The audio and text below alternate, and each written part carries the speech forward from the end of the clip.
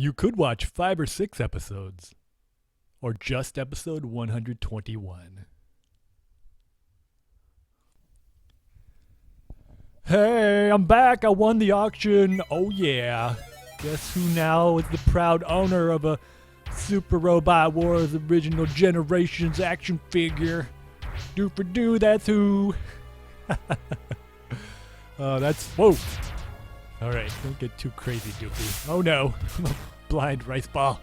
Powered up though, so let's see if something shows up to take me out. Nope. I'm just gonna swing my sword till my sight comes back. Oh, huh. It's weird that I'm not doing my spiky shield damage. Did you see that? Oh, it's a snot pig. I should have listened to the sound of the attack. So hopefully I come out of this blindness before he rocks me to death. There you are. I shall take you out in the light of day.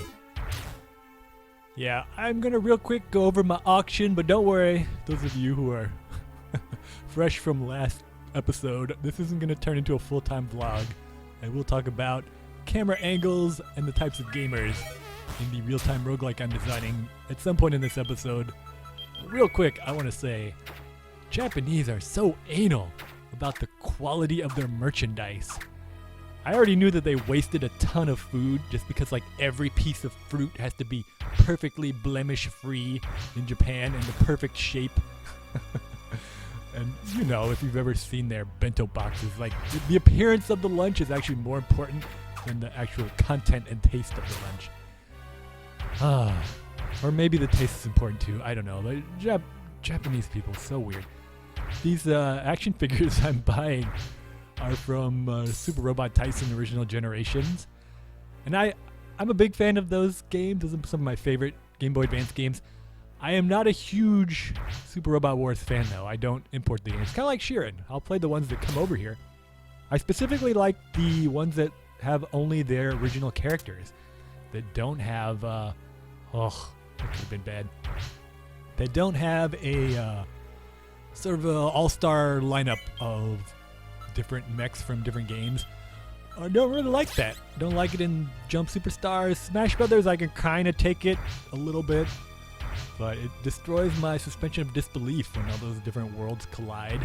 So I'm not a big crossover game fan. Even Marvel vs. Capcom. Now, Capcom vs. SNK, I like, because their worlds are very similar. It's not like the worlds they inhabit are totally different. But when they're completely different, it's kind of jarring to me. Shinji and Ava showing up with Gundam Wing characters, it just like, ugh, I don't know. I don't really like it. But the original Generations games I really do like. And specifically the mech designs from the late 90s and early 2000s I think are really clean. It's before, whoa.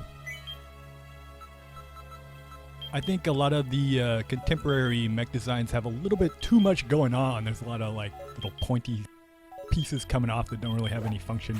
But those designs, oh no. I think I'm going to run away this time till I revert. But specifically, I like Leona Garstein's Garleone custom. That is a sexy-ass robot right there. Sexiest robot I've ever seen. Damn. It's always dangerous to fight anything as a rice ball because I have no protection from my armbands. There we go. Alright, so I blocked my way to the stairs.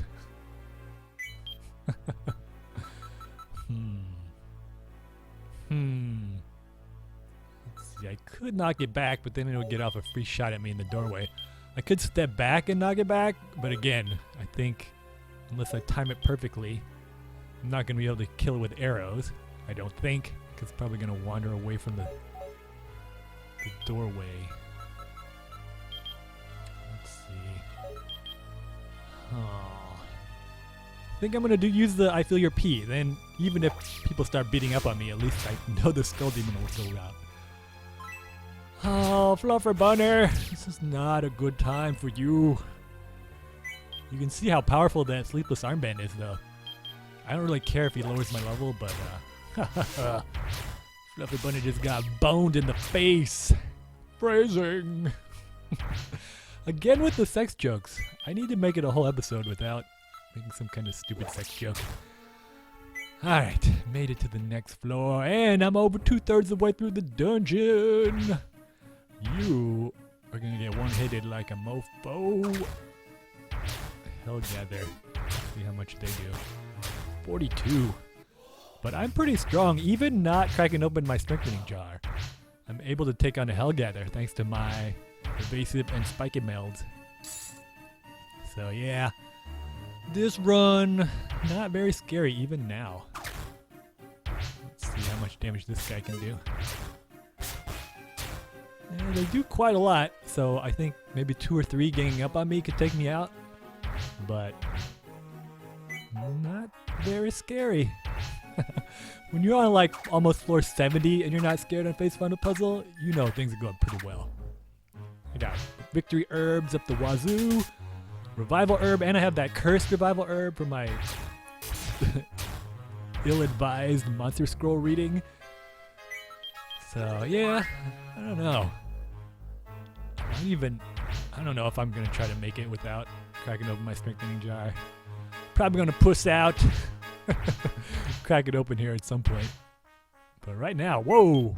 And a melding jar.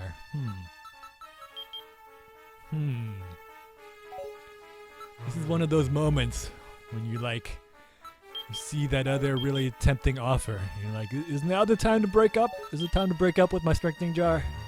Because the magic is kind of fading. Huh. Do I have anything to meld without cracking her open? Let's see. I have that Minotaur axe. And I have a Razor Wind, so that's probably the best choice here. You can, of course, use a melding jar to meld a bunch of staffs together. So I can meld some of my postpones together and have one postpone that has a lot of charges on it. That would be really useful if I wasn't going to crack open my strengthening jar. However, I'm pretty sure at this point I'm going to crack it open just because I know myself. And at the first moment of danger, I'm going to freak out and panic. I was even thinking about cracking it open right then on 67, so we're going to break up at some point. Skull Demon, why you got to interrupt my deep, deep purse-rummaging thoughts? That reminds me, Aiden Pie mentioned that this is a very stupid thing to do. If I was smart, I would be doing all of this inventory management with items on the ground a few spaces to the left, kind of in the middle of the room. Not in the middle exactly, but basically you want to pick a point where a tank that comes into the room cannot get off a free shot at you. So you got to think, hey, a cranky tank or ulcer tank could come into the room with one turn, and then the next turn it could shoot. And it could destroy everything on the ground. So this is a really stupid thing to do on a floor with tanks. Do this in front of a door like this where the tank could shoot me. But my name's Doofy and I like to take risks, so look at this. I got critical attack, I got attack in 3 directions at once. This is a mega, super, ultra awesome sword right now. This sword is way, way, way, way overpowered. Definitely strong enough to beat this dungeon, and probably any dungeon. Alright, so that is done. My relationship with my precious remains strong. I did not cave in and crack her open. But we're gonna break up. We're gonna break up at some point here. I can already sense it. Oh! That right there, that jet foul. That put the fear of Bufu into me. Because now I'm thinking, oh my god, Doofy, what if you walk into a jet foul and it electrifies your strengthening jar? It will all be for naught. Just break up with her right now, Doofy. Just break up while you're still in a good point in the relationship. I just gotta find a good moment to bring it up. This is just like, it's inevitable at this point. As soon as jet files show up, I'm just too much of a wimp. I don't want to risk losing that without ever having used it. Again, if I wasn't making the talk through and I was just messing around, sure. Let's see if I can make it through this run without a strengthening jar, just for fun. But if I don't make it and I have to start over, I only have 2 more runs left. Oh god, and there's tanks too? No. No, I'm starting to get a little bit afraid. I know I said I could do this on autopilot, but I meant autopilot if I break open the strengthening jar. So I'm going to try to make it a few more floors, I think. But I'm already a little bit chicken right now. I'm a little bit freaking out here. My HP back up before I... Whoa. Take on this skull demon. Oh no! Already 10 minutes in. Alright, let me start the real topic of the episode. Before... Oh my goodness. Alright, let's see if I can take him out. Any point a tank could just like wander in here. Whew. I do want to talk a little bit about different camera angles in relation to the 4 different types of gamers.